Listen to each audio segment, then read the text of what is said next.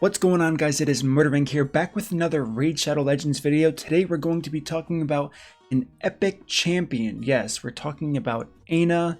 She's going to be really cool, and I do have to say, I saw this pop up in our clan Discord a little while ago by one of our clan mates, RRDD, and when I first saw it, I was a little bit confused on how he was using it and kind of surprised.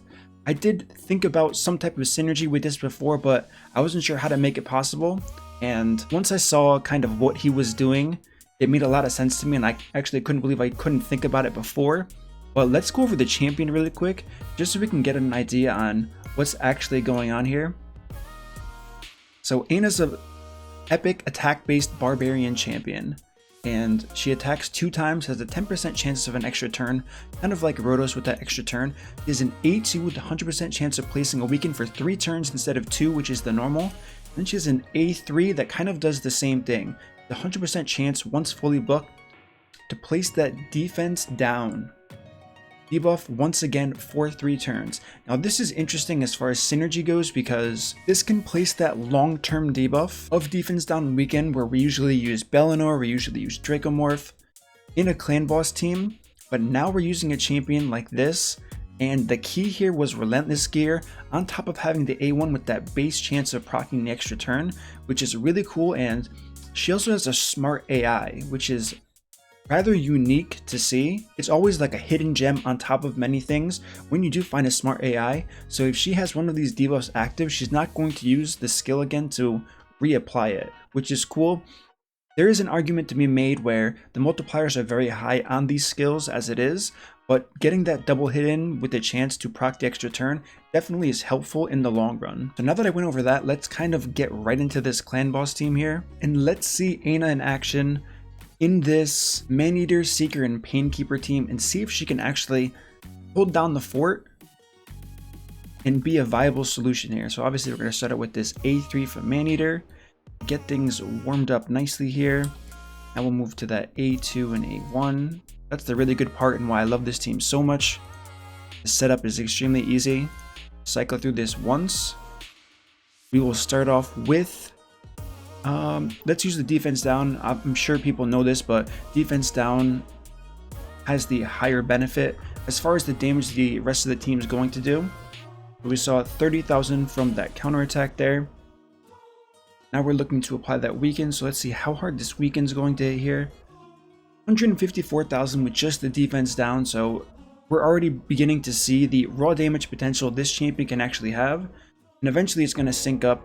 As you've probably noticed already from the debuff bar, I am using the Toxic set on Maneater as well as one of the Painkeepers here, just to boost that damage, which is pretty much required. Even when we use Bellinor, we always use Toxic sets on here just to make sure we're going for that 1 key threshold. So already off the bat, we've already seen 2 extra turns in our minute, including the setup time that I did rather slow since I am explaining it. So she has a lot of potential. I do wish there was some type of notification letting us know if it's proccing from her A1 or if it's actually the Relentless Gear, because she is wearing a Relentless set. So I think overall that would be a pretty cool change if they gave us some type of animation just to let us know. There's no real reason why I want to know this besides, I guess, from like an informational point of view, seeing the consistency of, obviously 10% is 10%, but it would be just nice to know and track, just so I can kind of do some math saying, okay, if I don't proc the extra turn this many times, I'm not going to 1 key.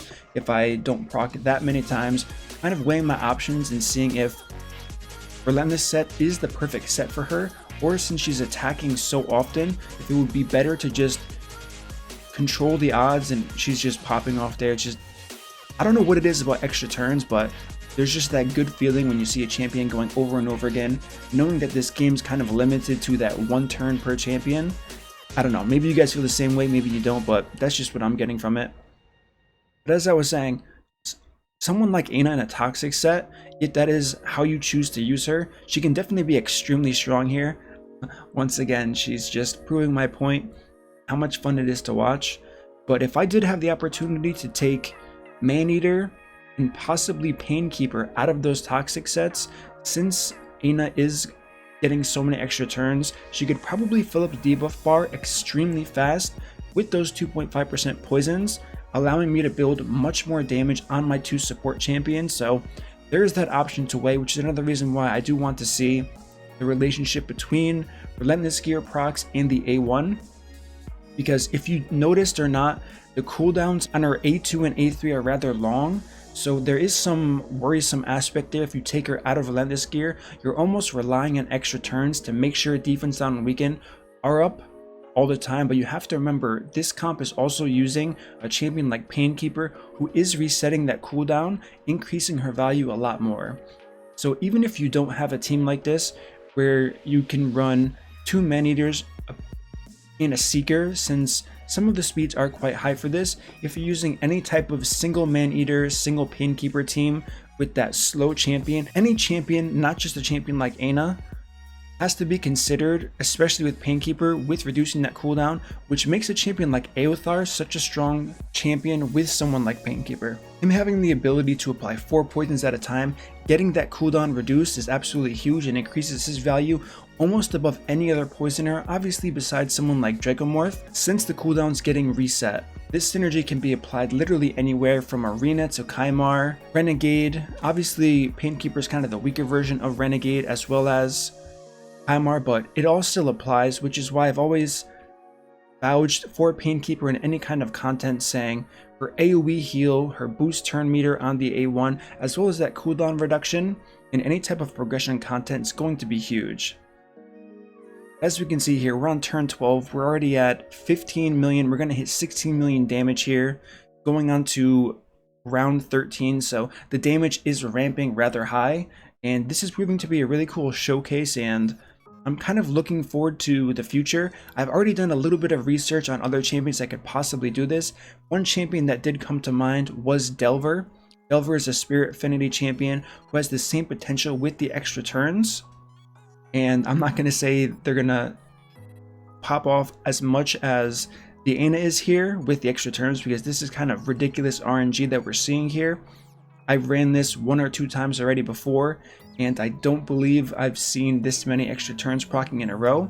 So there's definitely that bonus from the A1. There's no argument there, giving that added bonus to the Relentless set. But this definitely has me thinking now, what other champions could I use? And Delver will definitely not hit as hard. And once we get to the recap, you will see how close this is to a 1 key and how this won't be very affinity friendly, because obviously if we're basing her off of raw damage instead of poison, she's not going to do well against the red affinity, since she's going to weak hit often and pretty much everything she has is coming from the raw damage she's putting. So this is where something like a poison set's probably gonna overwrite her use in a team like this. So I'm definitely interested to see what can be done here if I do go against red affinity or keep this champion in the roster altogether. Obviously Bellinor is someone on the list for potential rework coming in this next patch, so he could actually be the go-to person for this slot since he does have that incredible aura with the crit rate. Now that's another thing that I haven't talked about yet, which I do want to talk about.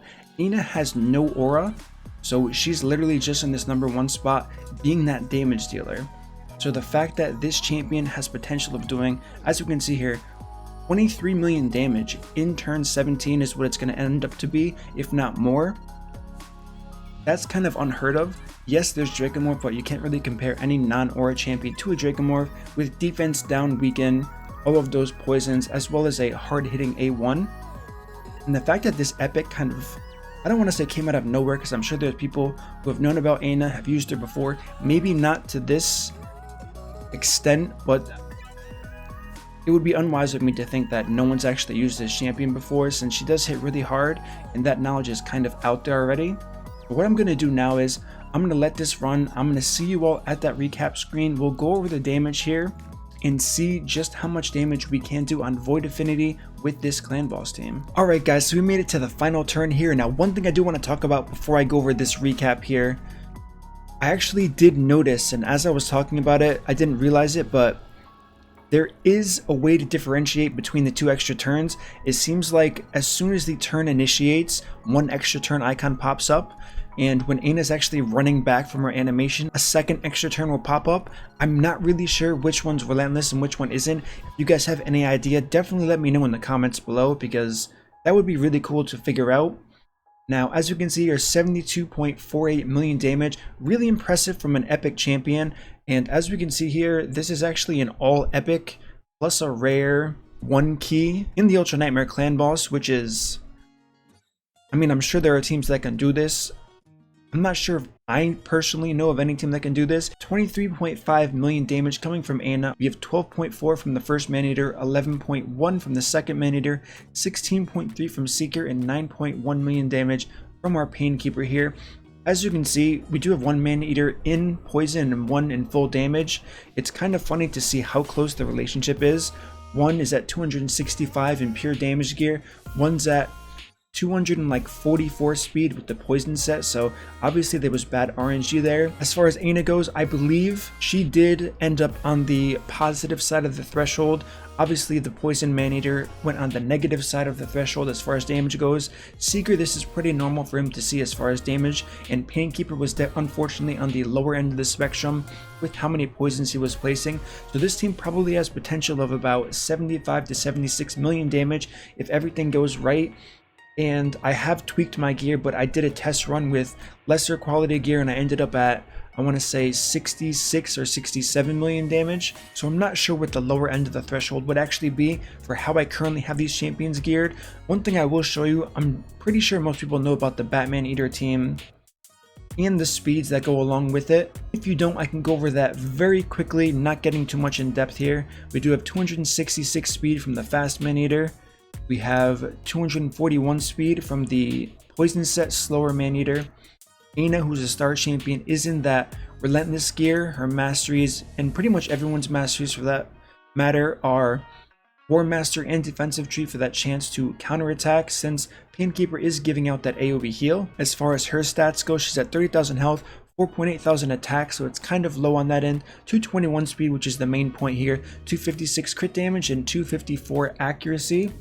Seeker we have at 255 speed, and finally we have Painkeeper in a toxic set at 246 speed, which was definitely hard to pull off in a toxic set, but thankfully I did have the gear to make this possible. So let me know what you guys think. What are your thoughts on this team? How do you feel about this epic? Are you as shocked as I was to see the amount of damage when I first saw this screenshot a while ago in the Discord with this champion being used? Once again, huge shout out to RRDD, whether you made this team or found it from somewhere else. This was awesome. I'm really glad I got to test this champion on stream and in this video for you guys.